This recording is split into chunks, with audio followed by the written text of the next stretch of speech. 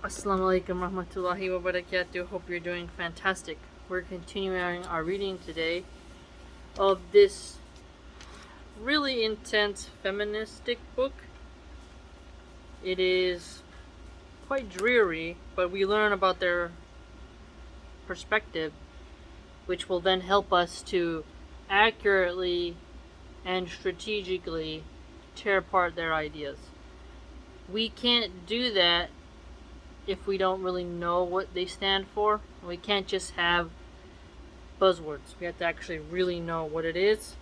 That way you can help people, by the permission of Allah, get away from their philosophy. Okay, let's continue. But the real measure of oppression is not how angry you are, it's how angry you are allowed to be. Now, so not how angry you are, how angry you're allowed to be. So when I've heard this phrase, it's usually an argument that's justifying rioting, where you have righteous rage, you're allowed to burn down everything because a riot is the voice of the unheard, therefore you shouldn't get mad or offended when people riot. That's how I've heard that argument. They'll say like, oh, so-and-so they don't get to riot, and this means that they're oppressed and whatever.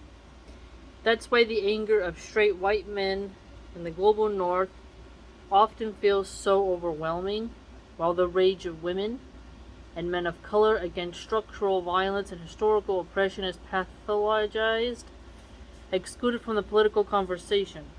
No, I don't think it's excluded at all. Everywhere I turn, it's people like her, especially in California, hammering into your head that you, because of your pale skin, are oppressing them. Which is odd since I am genetically part of the Cherokee tribe. They were genocided. And my Italian side of the family came over as immigrants 2 generations ago.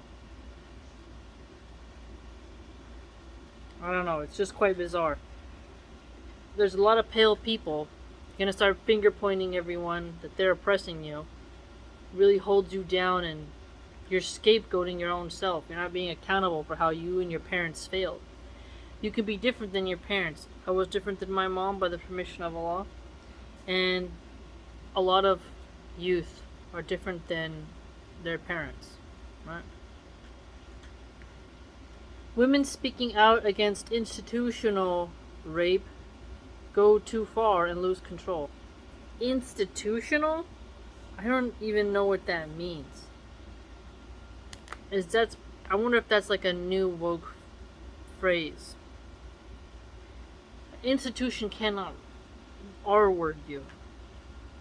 You see how they dilute words because they overextend it and over-apply it to everything? You really shouldn't use such a graphic, violent word to describe a structure that is not economically serving you well. Oh yeah, here we go. And lose control. Young people of color protesting against police violence are simply thugs. White men, by contrast, have legitimate concerns. I knew it. Do you see what I just said? So, protesting against police violence. A riot is not necessarily a protest. I heard one person say a peaceful protest is a parade.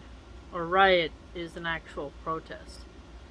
And that you don't need permission to protest, and that means you don't need permission to riot.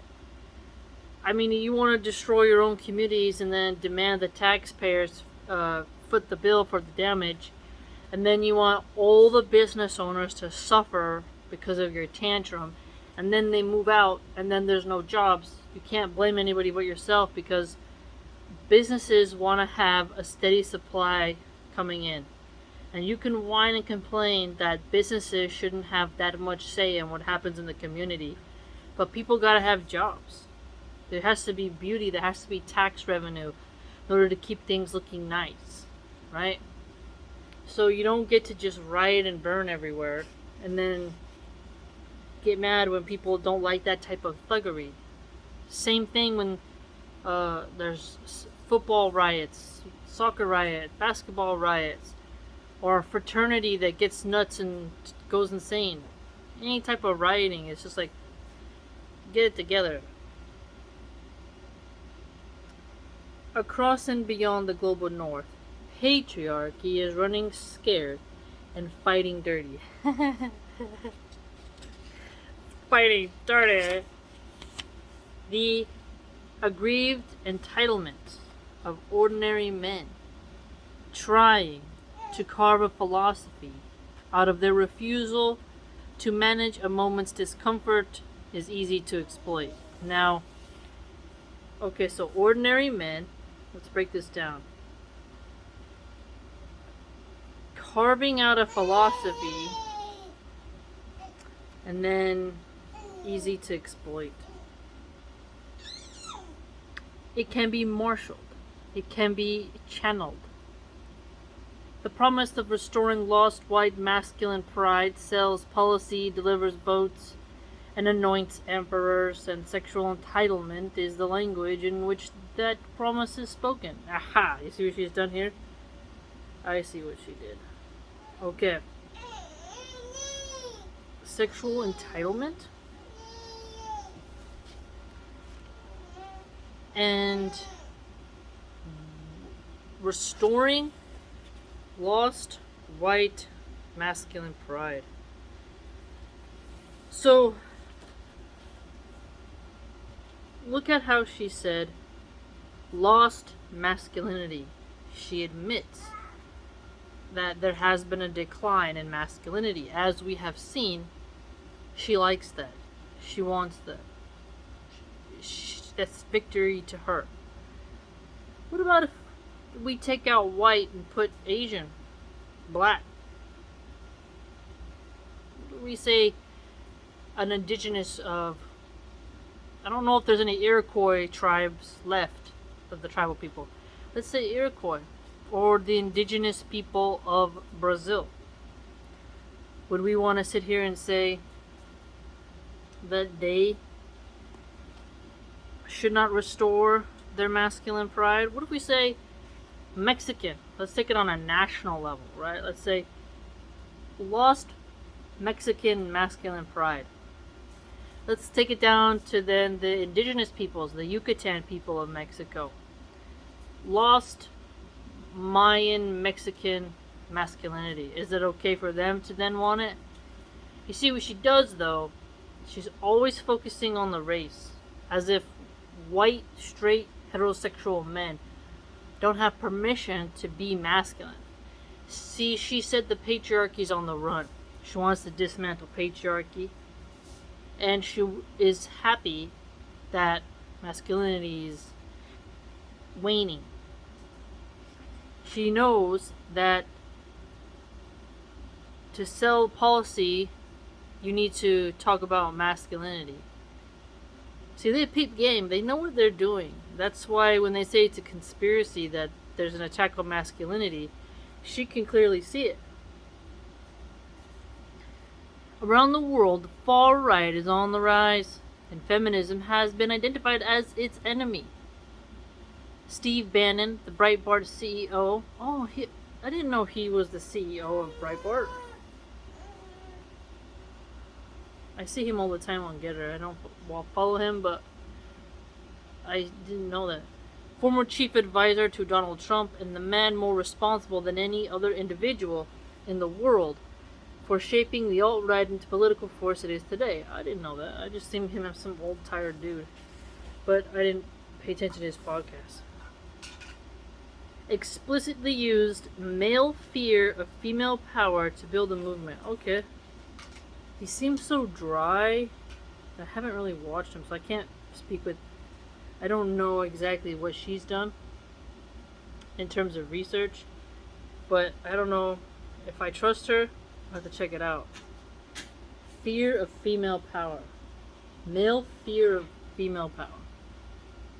Bannon called modern feminism the single most powerful potential political movement in the world. I mean, so Bannon called modern feminism a powerful force. Well, I mean, yeah, a lot of people say that. Don't feminists say that themselves, why is it bad that he said it? Don't they say that as well? Or what I call the anti-patriarchy movement. Okay, so she contends that Steve Bannon identified an anti-patriarchal movement, which, according to her, that's what her version of feminism is. So he's not wrong, if that's actually what he said. And Bannon was not the only right-wing demagogue to weaponize misogyny for his own ends. Okay, so the weaponization of misogyny, she contends. What have we learned thus far? She recognizes that masculine pride helps set policy. She said anoints emperors. So she recognizes that people want an imperial figure now, almost. That's why they're always saying fascism, because fascism requires a very dominant leader. So they're always like, oh, this is a dictator, this is fascism, this is Nazism, because that requires a sort of dictatorial figure. So it's interesting that she has showed us she doesn't want an imperial system of government. She doesn't want white masculine men to set policy. She doesn't want the restoration of masculinity. And she feels that there is sexual entitlement that is linked to masculinity. That the emperors are promising a time where men will lead again and women will follow. Right? She goes after Steve Bannon.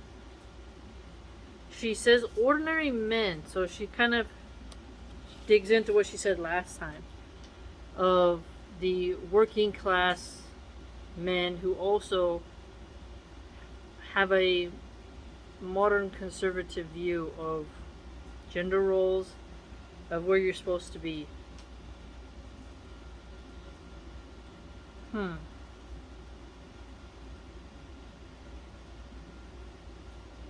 Remember her last quote said that she quoted some woman named Amanda Marcotte that said, conservatives prefer a system where men's freedom is contingent upon women's servitude. So she's also using that to bolster her claim about masculinity and policy. So I want you to just digest everything she has revealed thus far. And remember, she identifies as genderqueer. She uses phrases like biological essentialism. And she really is happy that non-binary people are seizing seismic control of gender. Wow. I mean, she's laying the butter on thick. What do you think? What would you say to someone like that? And remember, as Muslims, racism is not something we practice. You're a Muslim, that's it. Allah's created us from different shades for a reason. Do fish fight over different scale colors? Do the snakes want to eat each other for their different scales? The lizards, the chicken's feathers? No. Should we hate dogs of different hair colors? You see what I'm saying? You see? Is one cat color better than the other? No. Quite bizarre. Remember, Russians, Ukrainians, Bulgarians, Germans, the Polish, the Italians, the French, they're all white. And she doesn't like them. Really strange. Let me know what you think.